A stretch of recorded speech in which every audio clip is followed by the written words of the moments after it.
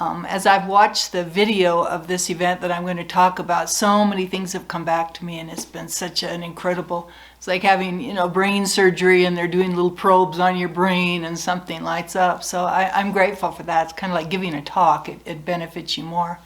26 years ago, when this experience happened, my life was very different than it is now. I was living here, actually, in the same place where I am now. I've moved back to where I lived then. And my children and I, 3 children, we were living in a small home that we purchased, and I was teaching high school English full-time. And I was the sole support for our family. So it was a very stressful time because my salary was small, as you know, if you're a teacher, especially in the state of Idaho. And so that was 26 years ago, and I was called into my stake president's office and extended a calling. Our stake had a tradition of a Christmas pageant. The pageant was conceived in 1984 by some stake activity chairman, and they had called together a team of very talented writers and musicians and support people, and the end result of all of this incredible work was a production called On the Bethlehem Road, and it was performed at Christmas.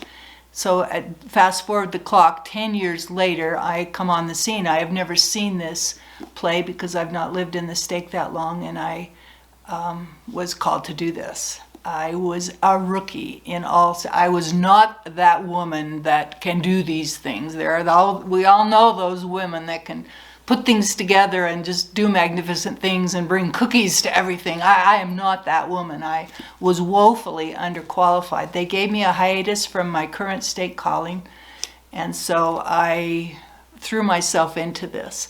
I had many trepidations. The day of auditions, I wrote in my journal, and believe me, I'm not one of those people either. I have very limited journal entries on this whole experience. So, but anyway, on the day of the auditions, my middle son, who was 2 weeks into a brand new driver's license, totaled my car. He was driving into the sun and hit a parked vehicle, so no one was hurt, but my car was gone. So this was the day of the auditions, and I remember I wrote in my journal that night about this, and let's see if I can find the right one here. I don't want to get this off. Let's see.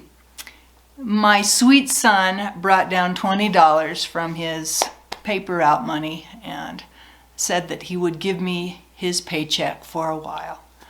I was overcome because this was a huge expense, and so I wrote, let's see, I am so incapable of making it financially. I go in more and more into debt every month, and it worries me. What I should do at this point is get another job. I accepted this calling because I know that I need blessings, and I wanted the Lord to know that I am willing to sacrifice for the kingdom. But after today, I just feel tired, nauseated, worried, and very alone. So that was the day of auditions in September. But for the next 4 months, we threw ourselves into it. I surrounded myself by very capable people. All of my friends, I drafted all of my friends to do makeup and lighting and everything included with this production. We basically moved into the tabernacle. We took all of the choir, the choir seats, they built a platform out, so we had a stage. And so this stage was flanked by 2 gorgeous murals, paintings done by Minerva Teichert, if you've ever been in the Montpelier Stake Center. So this became my home for the next 4 months. I spent nearly all of my time there in one way or another. And then we began to cast, and my pool was high school kids, so we started asking high school kids to come in and audition for the parts. And the Mary and Joseph that we chose were young. They were 17 years old, and we drew some criticism from the community because this had never been done before. How can you put the success of this pageant into the hands of teenagers? Anyway, that's what we did, and so all of the cast was coming together, and I made dozens and dozens of phone calls and begged people, and was just scrambling to find people to do this. We had Jewish wives that we needed to cast, and children, and townfolk, and an innkeeper, and Roman soldiers. And we got together this incredible group of Roman soldiers who just had way too much fun brandishing swords and pushing around the Jewish citizens. So we threw ourselves into it. On the home scene, that was challenging. An English teacher is not just a 8 to 5 job. It's a very, very, very all-encompassing job because there's so much writing and reading of writing that goes on. Somehow that all happened, and I don't have real memories of that. I just know that my children were fed. We did do the laundry, we did do the shopping, and I kept my job, so that just says a lot about that. But every day included rehearsals or phone calls or costume sewing or support of every manner that you can think of for this production. You can picture it. I'm sure you've all been involved in something like this. The day drew near for the production, and there would be 3 productions. So there would be a dress rehearsal and then 2 performances. And I prepared myself for this. I went to the temple and I prayed fervently for the success of this show, because we had invested so much in it and because the essence of it was so incredibly incredible. This was the story of the Nativity told from Joseph's standpoint. So it was a show basically about Joseph.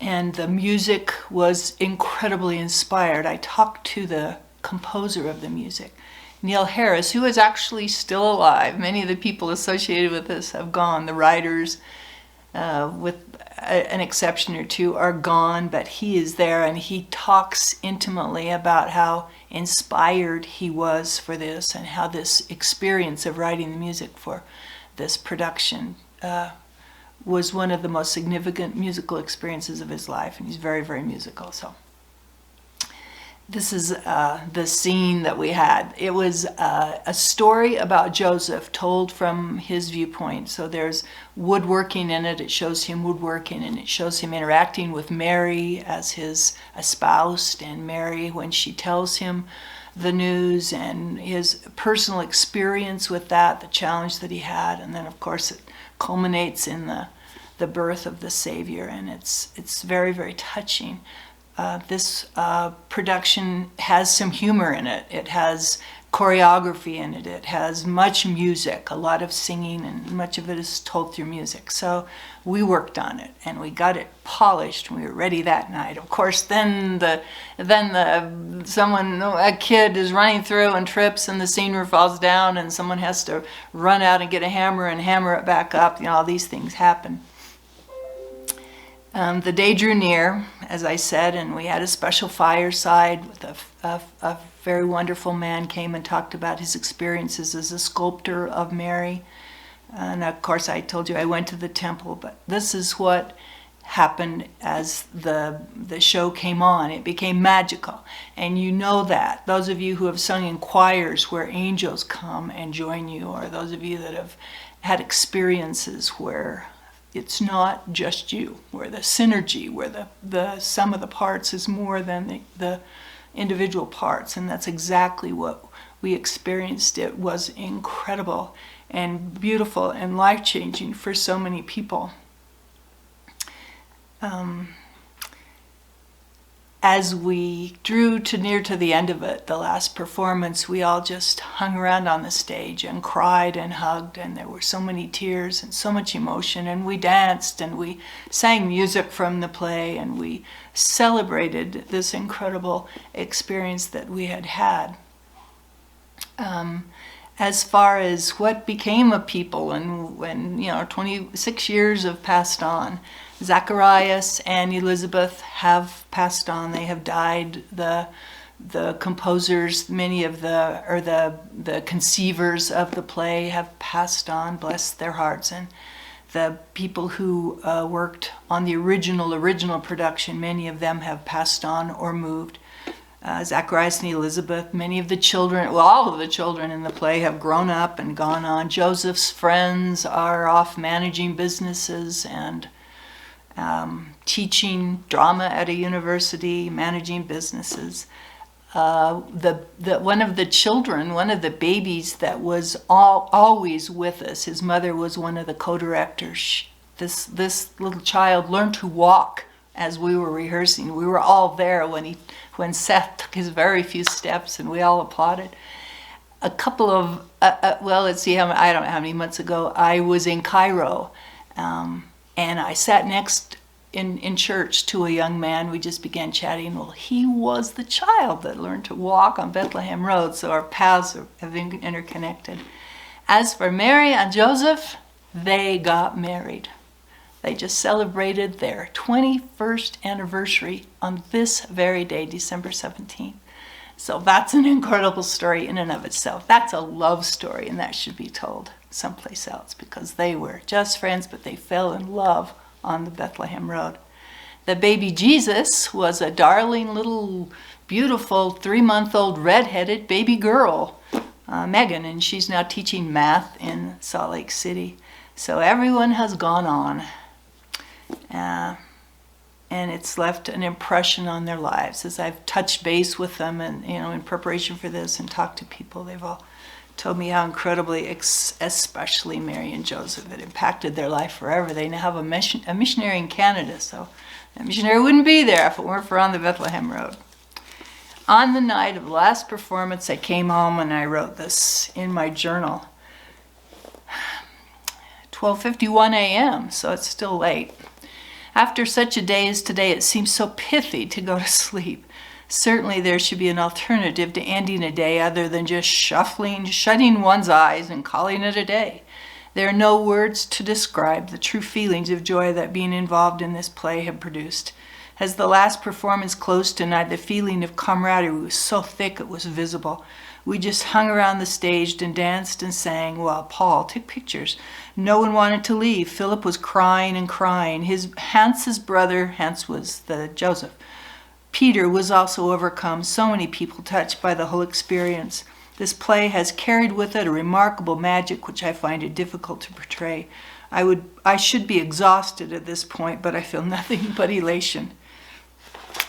One of the Roman soldiers expressed to me tonight what an indescribable experience this has been for him. He just thanked me over and over and over for making that phone call to him, and I don't even remember that. I didn't even know him. I have made so many hundreds and hundreds of phone calls over the past couple of months that they have just kind of faded one into another, but apparently that one made a difference. This experience taught me so many things. What did Christmas look like after this pageant? It was still a little time before Christmas. It must have included a tree, presents under the tree, special foods. It must have included music and traditions, but I have no recollection of it.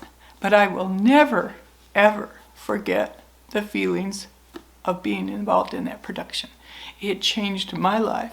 It taught me to rely upon the Lord because I had relied heavily. I'm just so grateful for this experience. It comes back every time I hear music that has to do with the Nativity, because this was obviously an incredible experience about the Nativity. I wish that I could gather all of them here and we could line up behind this camera and you could see the light in their faces and the light in their eyes, and they could each tell you about their personal experiences, because each one of us had a personal experience. Angels were there and it was magical. I'm so grateful for it. I want to wish you all a Merry Christmas. I hope that there's a little bit of magic in it for you. I hope that the Nativity touches your heart and that we can all find Christ in Christmas, and that will be our glorious blessing. And I'm so grateful for that. Merry, Merry Christmas.